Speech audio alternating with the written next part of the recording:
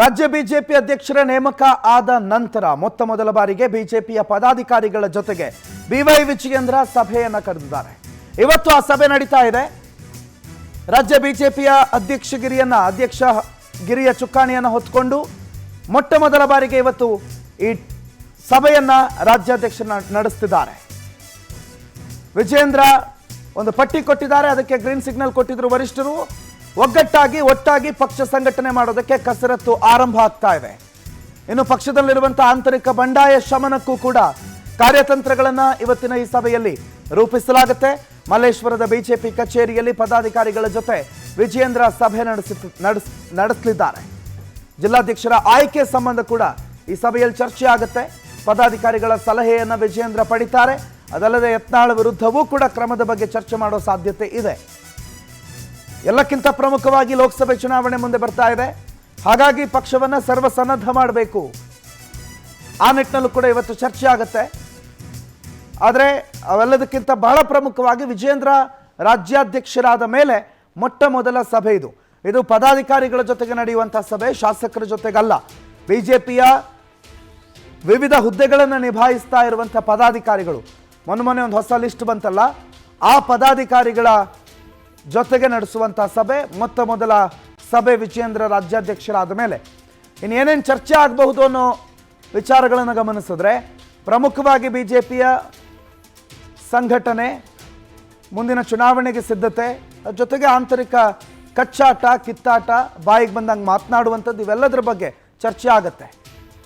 Details ಕೊಡ್ತಾರೆ ನಮ್ಮ ಪ್ರತಿನಿಧಿ ದೀಪಾ, ಬಿಜೆಪಿ ಕಚೇರಿಯಿಂದ ಲೈವ್ನಲ್ಲಿ ಜಾಯ್ನ್ ಆಗಿದ್ದಾರೆ. Deepa, good morning.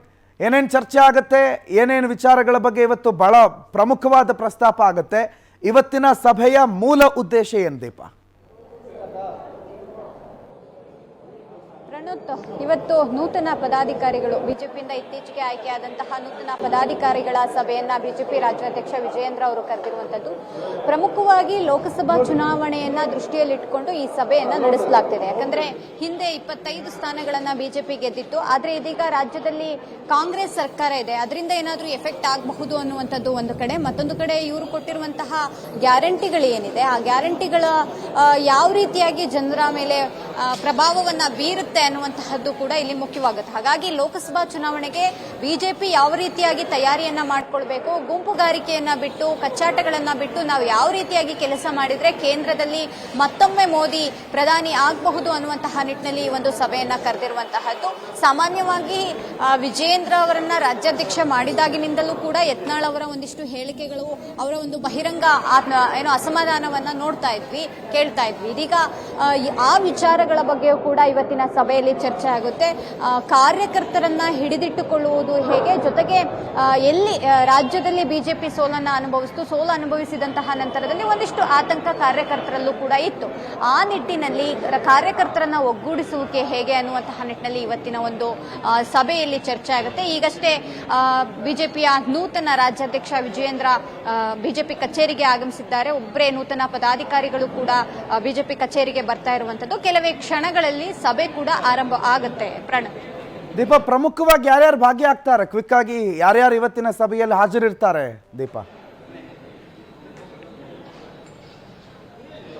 ಪದಾಧಿಕಾರಿಗಳು ಎಲ್ಲರೂ ಕೂಡ ಇವತ್ತು ಭಾಗಿಯಾಗ್ತಾ ಇದ್ದಾರೆ. ಈಗ ಆಲ್ರೆಡಿ ಕೂಡ ಬೈರತಿ ಬಸವರಾಜ್ ಸೇರಿದಂತೆ ಅನೇಕರು, ಮಾಳವಿಕಾ ಸೇರಿದಂತೆ, ಅಂದ್ರೆ ಉಪಾಧ್ಯಕ್ಷ ಸ್ಥಾನವನ್ನು ಏನು ಕೊಡಲಾಗಿತ್ತು, ಮಾಳವಿಕಾ ಸೇರಿದಂತೆ ಅನೇಕರು ಆಲ್ರೆಡಿ ಬಿಜೆಪಿ ಕಚೇರಿಗೆ ಬಂದಿರುವಂತಹದ್ದು. ಯಾಕಂದ್ರೆ ಸ್ಟ್ರಿಕ್ಟ್ ಆಗಿ ಹೇಳಲಾಗಿದೆ, ಇವತ್ತಿನ ಒಂದು ಪದಾಧಿಕಾರಿಗಳ ಸಭೆಯಲ್ಲಿ ಪದಾಧಿಕಾರಿಗಳಷ್ಟೇ ಭಾಗಿಯಾಗಬೇಕು ಅನ್ನುವಂತಹ ಒಂದಿಷ್ಟು ಮಾಹಿತಿ. ಹಾಗಾಗಿ ಬಹುತೇಕ ಎಲ್ಲಾ ಪದಾಧಿಕಾರಿಗಳು ಕೂಡ ಇವತ್ತಿನ ಒಂದು ಸಭೆಯಲ್ಲಿ ಭಾಗಿಯಾಗ್ತಾ ಇರುವಂತದ್ದು. ಪ್ರಣವ್, ಥ್ಯಾಂಕ್ ಯು ದೀಪಾ ಮಾಹಿತಿಗೆ.